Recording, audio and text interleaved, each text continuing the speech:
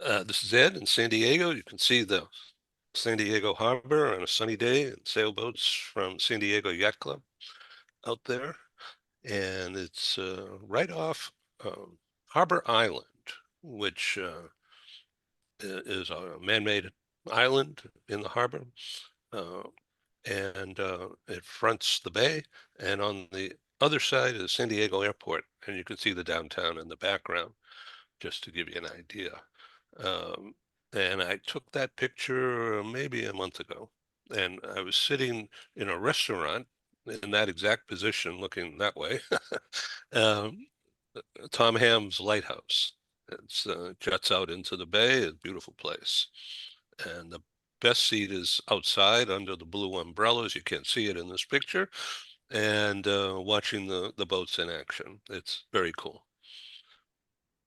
This is about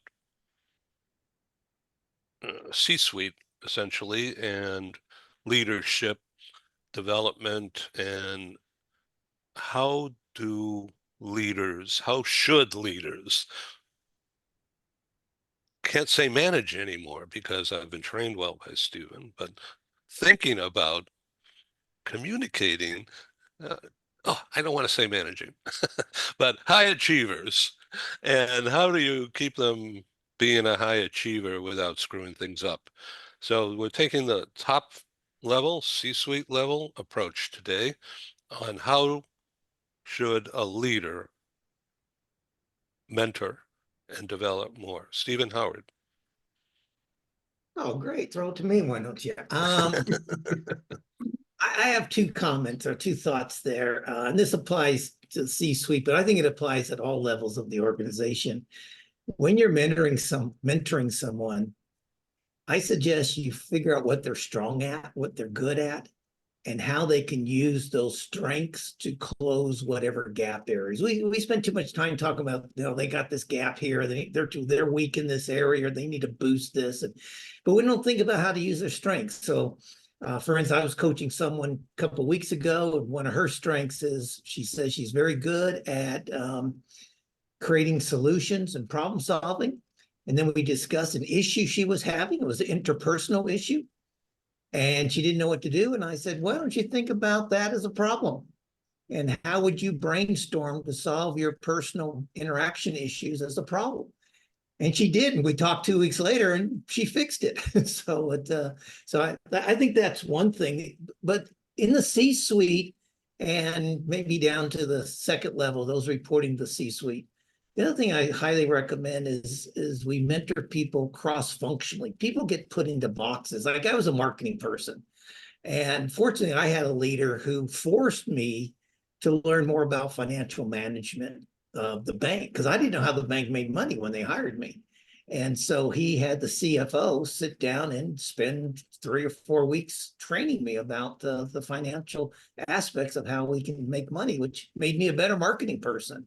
And we created products that really boosted the bank's profitability in Singapore at the time. So that's the two things I'd say: leverage strengths and mentor cross-functionally, not just for the job they have, but so that they're a better resource for the whole organization.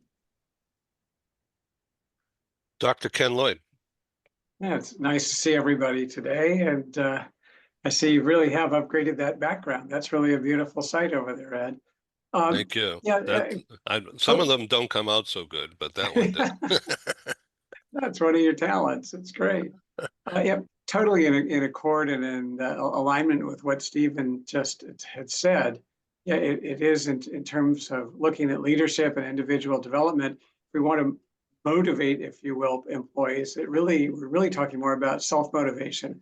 What are the needs, the interests, the desires that they bring to the workplace? And what can we as individuals in leadership positions do to help create a setting in which they can fulfill their motivations? So if they come with a high need to achieve, just to take that as a concept, we want to make sure that in working with them and helping to define what they're doing collaboratively, that there are opportunities for them to genuinely achieve, learn, grow, and develop in the job.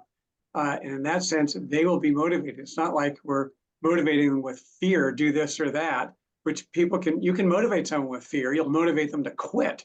as opposed to focusing on the internal drives and motivations that they bring, and then setting up an environment where they can fulfill them. And that way we're working with them, we're supporting them, and certainly for today's employees in particular, helping them move along a path of growth and development, which is, again, a very top priority that we're seeing in the workplace today. Can that be done virtually at the same level as in person? My belief on that is that yes, it can be done virtually. Certainly face-to-face is more compelling from the standpoint of communicating and actually working with someone. You can pick up so many more cues when you're actually with the person, and those are all essential for effective communication. But again, this is still, as we're communicating now, better than if we were all on a phone call, and just doing a conference call about this. So we're picking up cues. Like I see Christian now, and it's very different. So yeah, it can be done virtually, but obviously face-to-face is more compelling and effective. Yes, Christian. Thank you, Ken. Just wanted to add something to what you said, because that's something I experienced. My last manager, who was brilliant manager, he's based in Atlanta. I'm in Southern California. And when we started working together, it was all virtual. Well, it was also COVID at the time, but there was this distance there. But once we met in person, because he flew in to meet me and also meet my team for the first time, the impact was so tremendous compared to if we had just met face to face for the first time, and that was the normal way to go. So there's also that. If you can mix it up, even if it's a rare occasion, it's very memorable. Angie, hello. Hi. So what's your experience in mentoring high achievers? So first of all, I just wanted to throw in a little remark, because I work as an executive coach. So that is different than mentoring. Obviously, I have my own experience of being mentored in the past when I was still in a corporate career. Many of my mentors were also highly successful women. So at the time, that was really important to me to have those role models. But what I want to say about coaching high achievers is, one of the things I always notice right now is that, first of all, we need to sort of establish again who they are. Because, they're more than just performers. They're more than resources. And I sometimes feel like in the coaching process, we strengthen their self-worth and understanding that they're not just the performer, but they're also like a human being. So I think what is most important is to bring into alignment the personal values and the personal, let's say, setup, how you are, with the purpose that you've set out to change in the world. And if they can achieve that, then performance is almost an automatic outcome. So where the contradiction, I think, occurs, and lower performance often occurs where the values of the individual are not aligned with what the company wants from them. So I find that really important that, when we talk about high performance, that it's, or high achievers, it's not always just about some external goal setting process or achieving goals, or, setting good goals and making sure that your mentee knows what they're talking about. And I also think that we need to take one topic into consideration. When we think about mentors, which is something I just find important to stress in my role here in this group, is that a diverse audience and a multicultural audience might need a different kind of mentoring than what you think as the C-level person that you are, what this person needs. So sometimes, you know, we also need, as mentors, need to keep open to our own blind faults and our own biases. And I think that's a bit hard for a lot of senior leaders out there. That's why I sometimes think it's important to bring coaches in as well. Ron, welcome. Thank you. I resonate with everything you're saying. I can build on just a little bit more of what Stephen said. And just very briefly for your listeners, I'm 22 years Air Force. I'm F4 pilot. And sometimes those who know military fighter pilots think that I don't need to speak with, or I just know military fighter pilots are the cocky, arrogant, obnoxious, braggadocious type people. But in that context, and I don't think we all are, sometimes we come across with that edge of bravado. But one thing Stephen said, one thing about us military is we don't want to be pigeonholed. And Angie, yes, hire on values. If I have the right values, those values that align with the C-suite, the company, I hire people based on those values. And if you don't have the experience I'm looking for, I know I can train you. And I hire fast learners. And yes, Angie, coaching and mentoring is very different. We are executive coaches as well. In that context, there are some of us who have potential, but there are limiting factors, limiting beliefs, and we need to help those people over whatever may be holding us back. Virtually everybody has some aspect of insecurity. And if you're willing to accept my thinking and help advance me, then I can help your company go in the direction you want to go, even though I may have been hired for X position. Maybe I can think outside of that. And if you accept my thinking, I can help advance your company, particularly if I know your company's strategic objectives. So I need to know long-term where you're going. And we military types have the discipline to think and want to advance your company. A lot more that could be said, Ed, but those are just some of my thoughts. Well, I want to ask you, did Tom Cruise Maverick come to you for lessons? Didn't come to me for lessons, but you know, there is a lot of the exuberant bravado that we see in Maverick. And yes, some of that braggadocious way is we want to walk around with 3 women on each arm type thing until our wives say, just cool it, buckwheat. So it is people like my wife who say, okay, just take it down about 19 notches. But yes, there is a lot of that bravado, or let's just say exuberance, maybe another way of expressing that. Thank you for playing along with me here. Stephen, back to you on this. I'm taking some notes here the old-fashioned way, hire on values. In English, what does hire on values mean, Stephen? Well, you want somebody who has the values that meshes with the corporate culture.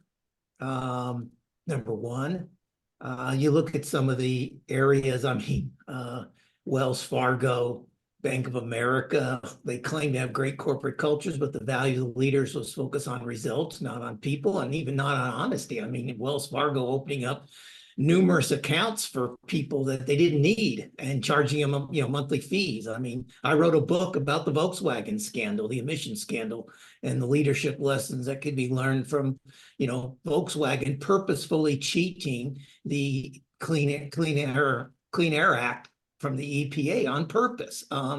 It's interesting because here you have a situation where engineers typically, being stereotypical, but engineers tend to have pretty good values, pretty good honesty. I mean, if you're an engineer, you want things to work properly. You don't design cars to crash. And yet these engineers, because of the pressure of their leadership in Germany, actually installed a cheat device, a software that would cheat the EPA emission standards, and it affected almost 11 million vehicles in the United States. Just as an aside, this just see how costly this can be.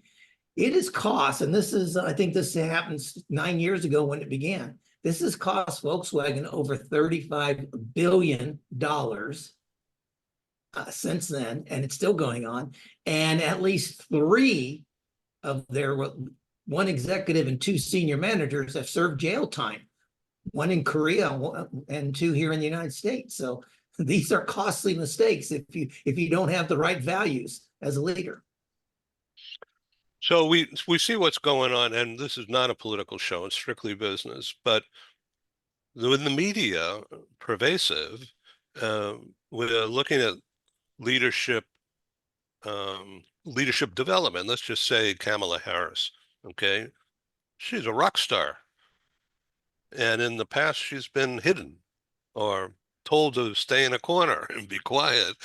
And now all of a sudden, America is electrified, almost all of America. And again, it's not political, it's just what we're seeing and the values that Harris is exhibiting to everybody, but she's targeting women, that's for sure, to make sure that's her base. And how she's treating former President Trump, and switching the media emphasis, masterful. And I don't know whether Steven Spielberg's been guiding her quietly, or his lieutenants, on how to frame a retort, but spot on. So in dealing with high performers within a corporate environment now, Steven, and Ron, please jump in anytime. I'm playing moderator here. I'm a reporter, if you will, and I don't know what I'm talking about, but I'm seeing what needs to be talked about by you people who are hands-on in this regards. Steven, and then Ron, please. Well, the media always goes for the hot topic, anything they can get viewers or clicks or TV viewers at ad rates. Going back to the Volkswagen thing, the sad thing is that Volkswagen. Oh, I can't hear you. You can't hear me? I can hear you. Okay. Everyone can hear me. Oh, wait. All right, so you spill coffee on your speakers? Volkswagen was named one of the top environmental friendly companies in Europe by a publication 3 months before the scandal hit. And they were added by an investment banking firm in the UK. They were added to a fund that was going to invest in clean energy companies. And so, if you want to, use your personal values and invest in companies that were supposedly good for the environment, good for the earth, Volkswagen was in that fund. And again, that happened like 4 months before. So people, even media, don't really have an insight into what's going on. They have superficial views, superficial, not insights, but perspectives. And then they play things up. And everyone sits on a roll. And so Volkswagen was the shining rock star for a while. John Reed was a shining rock star at Citibank.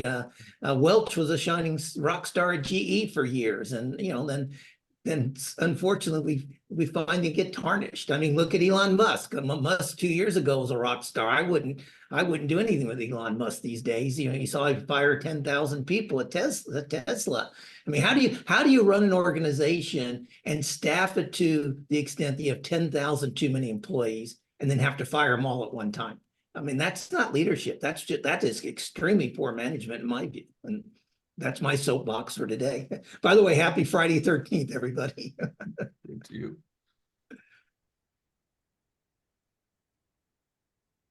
Yeah, I'll interject right here that the values that some of the values I look for are, I need to know that you are legal, you are morally correct, and you're ethically correct. And that aligns a lot with what Steven was saying.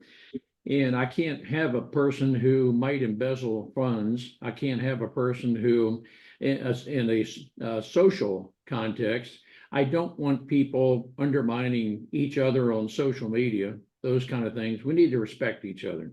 And so I need to know through interviewing that those are your principal values. That's what guides you on any given day, that we're going to work together toward the greater good of what this company culture is. And I'm a believer the CEO is the one who establishes the culture of any business.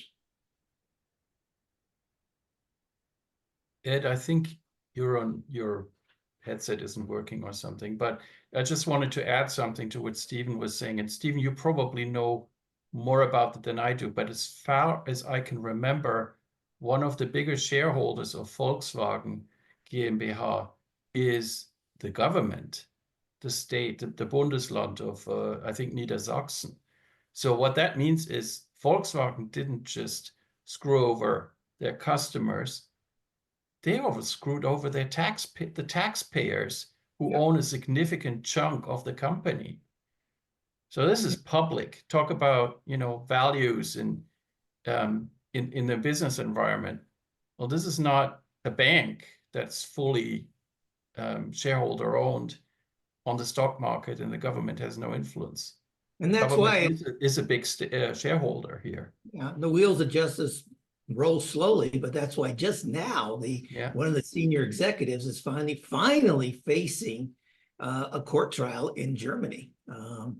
It's just a phenomenal story. But it's not just Volkswagen. I mean, there's just so many people who focus on that bottom line or shareholders and the compensation, because they get paid in shares and bonuses in shares, and they rack up the share price. And but going to what Ron just said, another example in there was at the same time that this was happening, or just after it hit, the EPA announced their actions against Volkswagen, one of the senior executives of Audi flew from Germany, went to Austria, and spent thousands and thousands of dollars on a party for their dealership.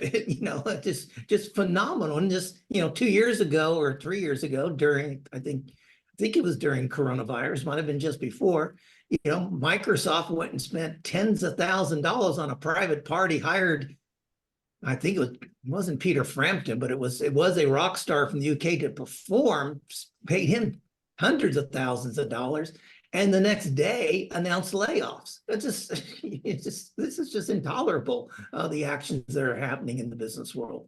And I think that's why you see the new Generation Z is just shaking their heads and saying, we don't want to work for people like this. In fact, we don't even want to buy products from people like this. So they're hurting the long-term viability of their organizations, as we're seeing again in Volkswagen today. I also think, Stephen and others, that this is one of the big value questions that we need to put on the table with everyone who we're hiring, is the question of long-term sustainability in terms of what we do and how we can be sustainable in our work. And I wanted to come back to the topic of mentoring, because I'm not sure if everybody in the audience is clear on what it actually means to mentor somebody. It's usually not the same as being somebody's manager or direct manager. It's also not the same as coaching. But what exactly does it mean to have a mentoring relationship? How do you get started with mentoring? How do people even, get assigned to a mentor is important. So if we think, for example, about women or about marginalized groups, how do they even get a mentor in an organization? I would already question that. Some companies have established mentoring programs, or here, for example, we have something called cross-mentoring, where senior leaders mentor someone from a marginalized group in another company. But how does that actually happen? How are people selected for these kind of goodies? That, for me, is already a questionable topic. So, I think sustainability is a really important argument to consider and a value to consider, but also inclusion and making sure that everybody gets a seat at the table. Any opinions that you have on, how would you even set up a mentoring relationship? Maybe Ken, you have some insights on that. Well, it's interesting. I'm thinking about going back to values and what we're really talking about. Values as being deeply held beliefs about what's right and wrong and good and bad and fair and unfair, but on a very deep level. These values then shape our attitudes, which are far more tangible and out there toward a lot more of what's going on in the world around us. And attitudes shape behaviors. We behave in great part as a result of our attitudes, which emanate from our deeply held beliefs. Now, our behaviors can shape our attitudes, and attitudes can shape behaviors as well. And that's kind of where mentoring would come in, provided that someone just doesn't walk up to me and say, we have a mentor for you, Ken, and you're going to sit down. There really has to be truly a collaborative process based on openness, honesty, trust, interest in what my needs and my hopes and my goals are, so that it's really, if you will, a respectful and trusting relationship between an employee and his or her mentor for the purpose of meeting some of the needs we talked about in the beginning in terms of growth, development, career advancement, and that type of focus. But it is not a one-way street at all. That's not mentoring. That's not coaching. That's kind of what Stephen was saying in terms of managing, treating people as resources and items instead of as humans. And to me, the human aspect under mentoring is critical to the process as a two-way street. Well, Stephen, how do you study humans to gain this understanding? Oh, that's my favorite thing to do. I go to shopping centers and let my girlfriend shop, and I sit there and watch people. I mean, people, one of the things that made me a good marketing person, Ed, was I've been doing this all my life. I could spot trends before others because I would watch people, and I could see particularly, fashion trends or social media trends and see what to get on. And also I could spot what's not going to work, like the metaverse. I was one of the few critics of the metaverse. I thought this is a waste of time. I counseled many companies not to waste their money on it. And fortunately I was proved right, and now we're into AI instead of the metaverse. But I think one of the best things I've ever done education-wise was my first 2 years of college. I took psychology, 101, 102, and then the second year psychology 201 and 202, or whatever they were called at the time. Getting just that basic psychology is a great way to understand people. And then read Daniel Goleman's books about emotional intelligence. It's not just a book on emotional intelligence, then he had a follow-up book about how to use emotional intelligence or something like that. And you combine that ability to observe and then use emotional intelligence, and you will be, you'll be a better human being. The third thing, if I can, buy my new book that comes out in October, because it's all about having a different mindset about interacting with people. What's the title? A Humany Mindset. I'm taking the concept of the Humany Leadership book and applying it now to people's interpersonal relationships on a societal basis, on a non-workplace basis. Humany Mindset. Mindset. Yeah. Okay. The subtitle says, change your mindset, change the world by changing your mindset. So I'm not talking about, solving world peace, but change your own world. Change where you live in Orange County, Christian. Change your neighborhood, change the school experience that your children go through by changing your mindset.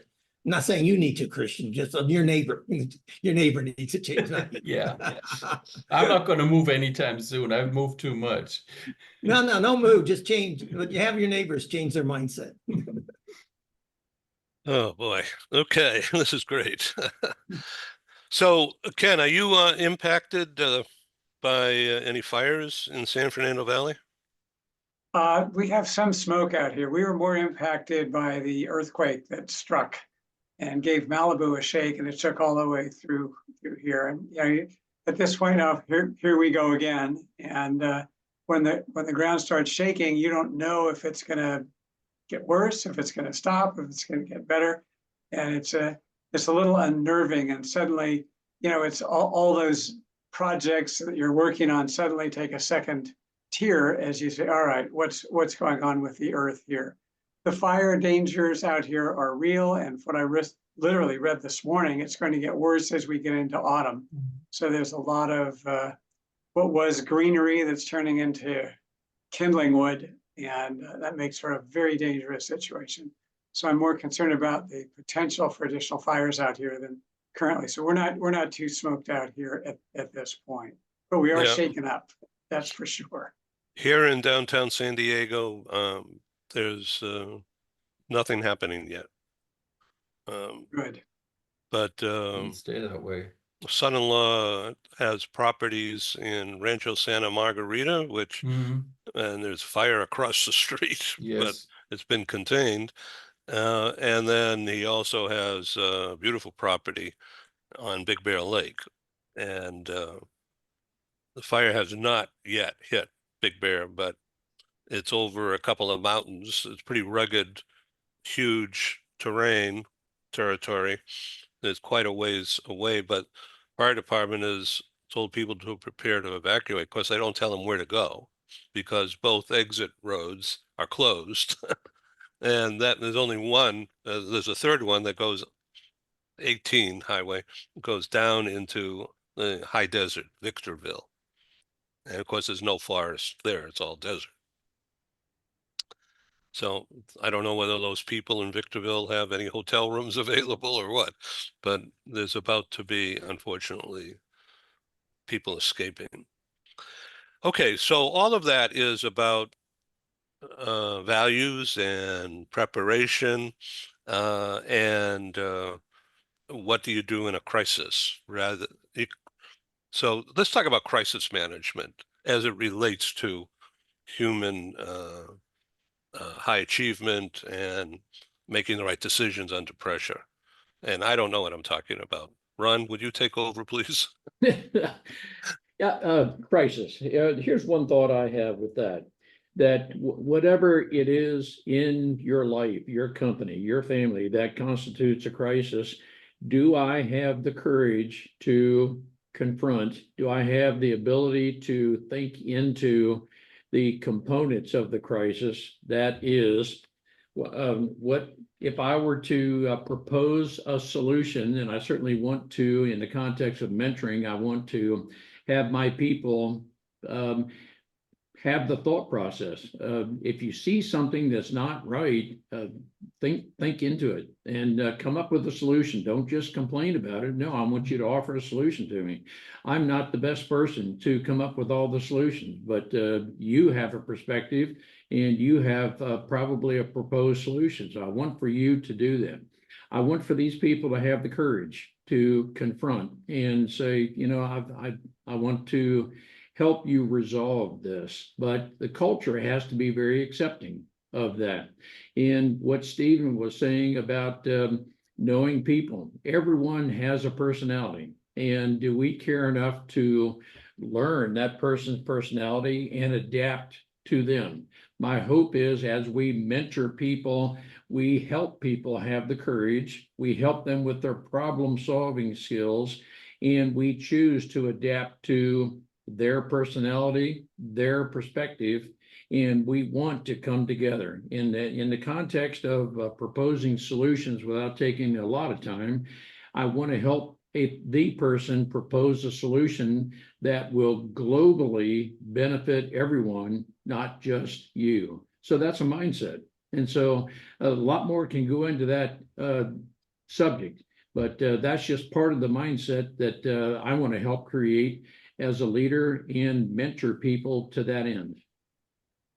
Angie? Yeah, I just want to add something to that. What I'm observing, and as I said, I'm not in a mentoring role, but in a coach role. It would be lovely if we had leaders who would actually allow people to be intuitive and make decisions, especially when it comes to crisis situations. However, I notice very much and I'm talking about a European, mainly European context, I'm noticing a lot of micromanagement, fear culture, and a lack of psychological safety. Mhm.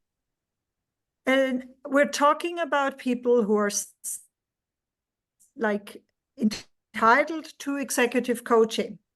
So they must be high achievers, because otherwise the company wouldn't even think about paying for executive coaching, right? So why as a manager or leader do you have a need to micromanage your people? The only reason I can find is your own insecurities. Yeah, because Agreed. a good leader, like you said, would give them the freedom to make decisions, come up with solutions, define the pain points, and then, especially in crisis situation, make decisions. I have a distinct situation in mind from the tsunami in 2011, where I made a decision about repatriating a couple and their kids to Switzerland from Japan. And later on got into trouble because of doing that.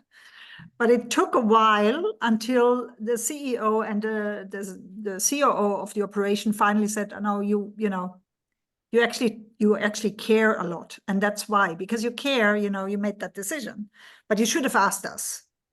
Now, it was a weekend. I didn't reach anyone. I didn't know who to contact because I was fairly new in the organization, and I would have said, it would have been better in hindsight to just say, "Hey, you made a decision, you made a call, you asked your direct manager had your back. So, it was great that you made that decision because it was a crisis. And in a crisis, we should trust that people know what they're doing." But I really noticed that a lot with my coaching clients, that very often they're quite micromanaged, and it's a shame. Sorry, Christian, please. So, as an example, in my world of corporate relocation, where things just happen very quickly and can go wrong very quickly, what you need to be able to do is coach your team of relocation consultants that they can think on their feet, and that they can, in a crisis, that they can immediately step in and start reacting. And what I tried to convey to them was that they need to think about triage. Think of an emergency room. Think of a whole bunch of people coming into the emergency room at once. And you have to make decisions, and they're life and death decisions, which you don't have in relocation, but the concept is still the same. You have to make decisions about who to help first. And because of that, that whatever you do is not going to be perfect, but it's going to be the right thing to do. A little bit like, Angie, like your example. You thought that was the right thing to do. And what that means also is that you don't necessarily have time to analyze the situation and think about, oh, maybe I should do this, maybe I should do this. You have to act and think, the best way to help these people in this situation is this, and then you act, and then you go to the next one, you go to the next one, until you have everything under control as much as you can, and then you start analyzing. And you also split up the work. So Angie, when you said micromanaging, that would have been detrimental. So what I would typically do in a situation like this is I would say, all right, you take care of the transferee, you figure out how to help them right now in this situation of crisis, and I take care of the client, the corporate client who's calling me and saying, what's happening with my transferee? Because you consultant can't talk to both of them at the same time, right? But it has to be very timely. So the best way to do it is to delegate it and to split it up. And you take this part and I take this part. And that way you can act in a crisis and do a reasonably good job containing the elements. And then you can start analyzing, okay, what went wrong? Why did it go wrong? What could we have done? Angie, your example is very much what I've experienced as well under different circumstances. Yes, Ron, we have about 15 minutes remaining, just as an advisory. Ron? Angie, let me advance just a little bit more your perspective of micromanaging. My thought is a leader who micromanages is the person who is going to be almost literally over your shoulder. I want to control you. And I want to control you because maybe I don't trust you, but inherent in that is some aspect of insecurity on my part. If by chance you, one of my staff members, don't make a decision I would have made, can I help you think into that the next time to maybe where, okay, did you consider in the context maybe of critical thinking, did you consider all the facts and factors, or did you just pick one or two and make a hasty decision? But in the context of mentoring and maybe coaching as well, I want to help you with your thought process, and I have to believe in you to do that. A lot said, Angie, but does micromanaging at its core almost involve, I don't trust you, or some degree of that, I want to control you? Well, I think that's behind it. Now, obviously, I never get to coach the manager of the client. Yeah, sometimes I feel like I should do that. So we don't, we don't get to see the other perspective. But I really feel like when we talk about mentoring high achievers, it's important that you don't project your own weaknesses into the mentee. Yeah, and that you are very well settled in, and you know yourself well before you mentor somebody. And before you try to support someone, I think you should know yourself really well, so that you can also separate, your own issues from the issue of the person who seeks your help. I mean, I think that's generally advisable. I would say, Ron, there's a linear relationship here about that trust. Yes, that person doesn't trust the employee, but I suspect many micromanagers have managers who don't trust them, because one of their fear spots is being asked by their boss, hey, what's happening about project X?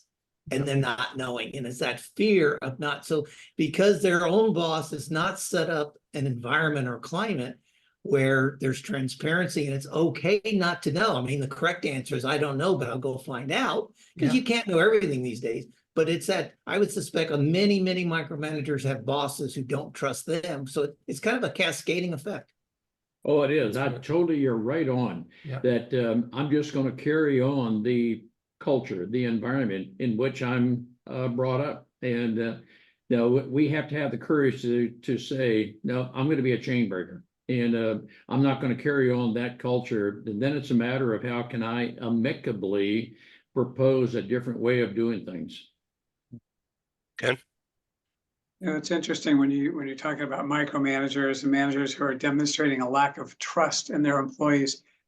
In working with them, let's say you wanted to coach them to be less of a micromanager. That would mean really getting into what's psychologically behind their need to control and influence their employees and hover over them. And as you mentioned, be a combination of self-doubt, insecurity, lack of confidence, and frankly, they're looking at their own behavior. And there's a little bit of lack of trust in themselves. If I were in that situation, I wasn't being micromanaged, I know I'd go out and I'd goof around. I'm not going to let my employees do that. So they're telling you a lot about themselves by the way that they manage, specifically when they're micromanaging others. And to kind of hold that mirror up and to talk with them using some of the key terms and thoughts that are already presented here today, can I kind of help shed some light on them and their own style of dealing with others and working with others. And that can help them to look at the world a little differently, instead of just saying, well, my employees, this or that. Let's take a look at what's going on inside of your head. Not exactly using that word, that phrasing, but for them to get some better self-insights so they can get better insights, more accurate insights into the people with whom they're working. Christian. Probably recommend Stephen's book to them. There you go. Yes. This is great. What a great conversation. I'm learning so much. Yeah. Yeah. if I could, let me add, there's one other aspect for your audience, I think, that has to do with mentoring and coaching, particularly senior executives. A lot of times it's not about their functional skills.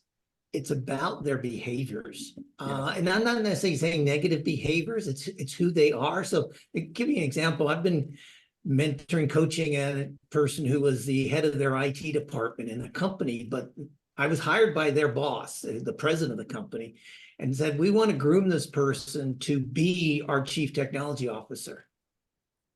But he's such an introvert. He stays, he stays within his department. So one of the things I would start work with him in the first 6 months was to get him out. And for instance, I almost forced him to go to the office Christmas parties that the other departments are holding. I said, get out there and go to the finance department's, just stop by or bring a box of cookies with you, but go and meet people. And that has helped him so much because he broadened his network within the organization that he didn't have before, because he was just so focused on tasks, so focused on results. I've got to run the IT department. Here's all the things we need to get done. And he just focused on, and he did a really good job of getting results, but he was never going to move up in the organization to a level that he could. And now, after 6 months, he was appointed to the executive team, and now he has been made the chief technology officer of the organization. So it's working with people, taking their strengths and closing those gaps again. So it's a lot of times about behaviors, not necessarily negative behaviors, but just who they are. How can you grow them as a person? So you as a coach with that ticket to ride, how forceful can you be to redirect somebody who's got a brain and very active in their own space? And who are you to tell him what to do? How do you deal with that kind of challenge? I never tell them what to do. I just ask questions to guide them along the road and say, well, what would be the benefits if you did this, or how would you feel comfortable? And then the key thing is after you did that, is to make them reflect on, well, how did it feel? And at first it felt uncomfortable. And a side story here, he was with his boss in Las Vegas at their annual retreat. And they were playing blackjack, and everyone else left. And he thought, he actually told me this. He said, what would Stephen do? Because he wanted to go back to his room. It was 11 o'clock at night. And he thought, what would Stephen do? And he thought, Stephen would stay here and keep playing with his boss. And he played blackjack with his boss at 2 o'clock in the morning. Probably didn't really enjoy it as much as I would have, for instance, but it helped him build that, strengthen those relationship bonds. So it's a relationship you have with the person that you're coaching, much like the relationship you have with your significant other. How often can you get your significant other to move in a direction that you think is best for her, or you, or him, or they, or you together? So it's based on your relationship. Yes, Ron. Yeah, I will say that it is a matter of, to advance what Stephen was just saying, it is a matter of knowing people. And you can be an introvert, but it's, for me personally, a recluse is a person who doesn't want to associate with other people. My wife is introverted, or let's just say a behind the scenes kind of person, but she's not a recluse. She wants to associate with the people. She doesn't need 50 friends. She's fine with a one-on-one kind of relationship. But as Stephen and all of us are saying, it's getting to know people. And so there are sometimes if a person is an introvert, but goes to that, what for me is a different degree of being a recluse, that may be some aspect of an insecurity. And at that point, as Stephen is saying, be willing to listen. Don't offer solutions, just be willing to listen, and you may help them discover why it is they are a recluse. Ron, in having Air Force pilots and that kind of organization that you were a part of or led, how does that enter? I mean, that's really technically skilled, high-powered, and you're talking about emotions, which is sort of like fish out of water kind of thing, but it's more important than ever to maintain control, self-control, as well as to understand the people around you. And I'm getting lost in my own words here. Please help me understand that situation. No, I think I know exactly where you're going with that, Ed. And I will interject here very jokingly. Marty, my wife, would frequently tell the flight surgeon with whom I had an annual physical, don't bother checking for a heart or anything related to it. The guy doesn't have one. And so, that's part of the fighter pilot bravado. But there are those of us, and many of us who are fighter pilots we all know the type A, or the, if you're DISC certified, a D personality. And statistically, there's only 3% of us. And so I think, our master creator may say, we can't stand it more than 3% of you, because you would do damage to other people with your bravado attitude. Well, with all that having been said, Ed, it is a matter of helping others think into, as a leader, I want to go the way first. I have to be willing to do what I'm saying.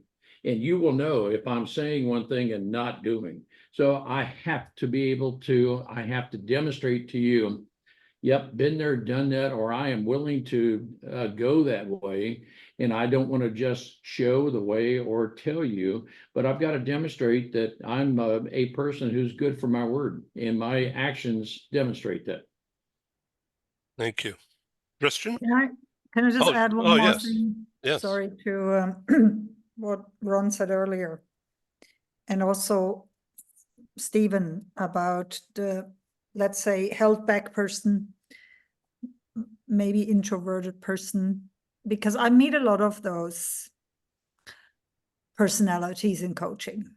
And they're not only women, also men that, don't consider themselves alpha males, and sometimes feel imposter syndrome and have a hard time talking out loud in meetings, or just don't really like to talk. But they're brilliant people. And one of the things that I wish that when we talk about high achievers is that we accept that personalities are different, and that somebody can be a high achiever and still be introverted, and it's okay. And I think this is really missing in the conversation about talent development and the talent pipeline. Still today in companies, the loudest voice gets promoted faster, gets access to international assignments, and is seen more. The person who sits in the office is seen more than the remote worker. We're not judging performance based on the actual performance data. We very often judge performance based on very old-fashioned things, like being in the office, which is ridiculous if we think about it. So I really wish, if we talk about mentoring high achievers, that we also look at the quiet voices. That person that you just mentioned, the IT person that is supposed to become the CTO and maybe has been working like a busy bee in the background all the time and hasn't been seen, has not had the visibility. These are the people that actually need mentoring and support. Yeah, and he got that mentoring from me, and I think his president as well over time. But and that is, he's not a different person today. We just enhanced his ability. I mean, he's still an introvert. Wasn't quite the recluse. Just talks a bit more. Well, it's not talking. It's that inability to socialize. It's that reluctance. Not even inability. It's that reluctance. It's like, God, it's such a waste of time. I really don't want to go to that party and chit chat. I got work to do. But to be a successful senior executive, you have to, at least in this particular company, you need to get around and understand, talk to people and find out what their pain points are beyond the IT briefs that they're giving you. So it's, I'm not saying if he hadn't done it, he wouldn't have gotten promoted.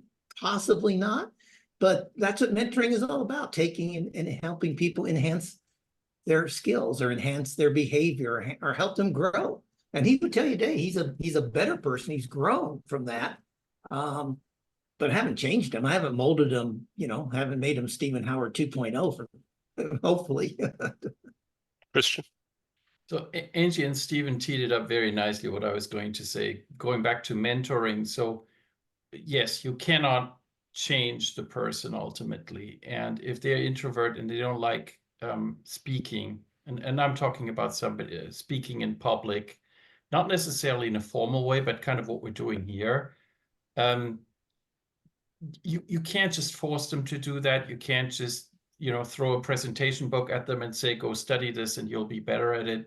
The question really is to figure out, what do I need to change in their mindset to get them to start thinking, hey, I can do this. There's some value in not being the loudest voice in the room, but being a voice in the room.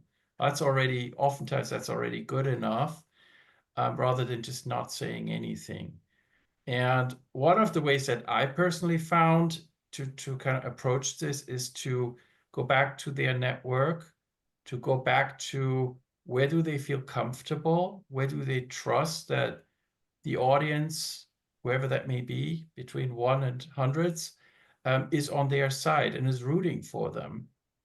And once that they go that far and say, oh yeah, for instance, I had somebody who said, yeah, when I coach baseball, and I'm talking to the team, I feel very comfortable, I feel confident, I have no problem talking to them. I said, okay, now take that, and then we start developing it, and all of a sudden they're talking in an important business meeting, because they take the mindset of the baseball team, and their words and their content are different, but the way they approach it is the same.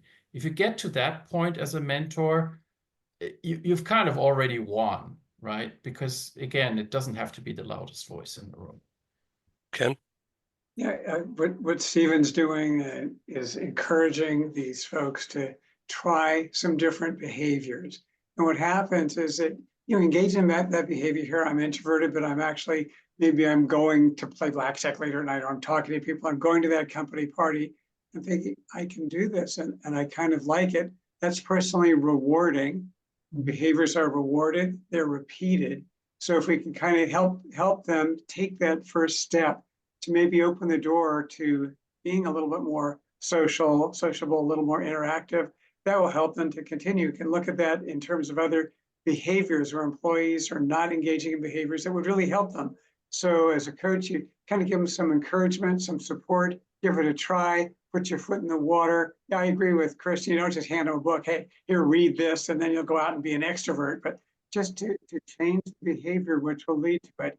But I have to go back to what Ron said. It just came to mind, and I have to say it, with the flight physical, and your wife said, hey, they won't find a heart. My attitude was, if you're going to do that on a pilot, you're going to find something else. You're going to find a backbone. You're going to find a spine that's very strong and very important, and thank goodness saves anyone who's in that plane, and frankly, applying for the Air Force saves America. So I believe that spine's going to be very strong. I think it comes out in the behaviors, and certainly in your coaching, in the confidence that you project, which others can emulate as well. When you're coaching, there's an aspect of emulation, modeling that's going on that helps these folks at the same time.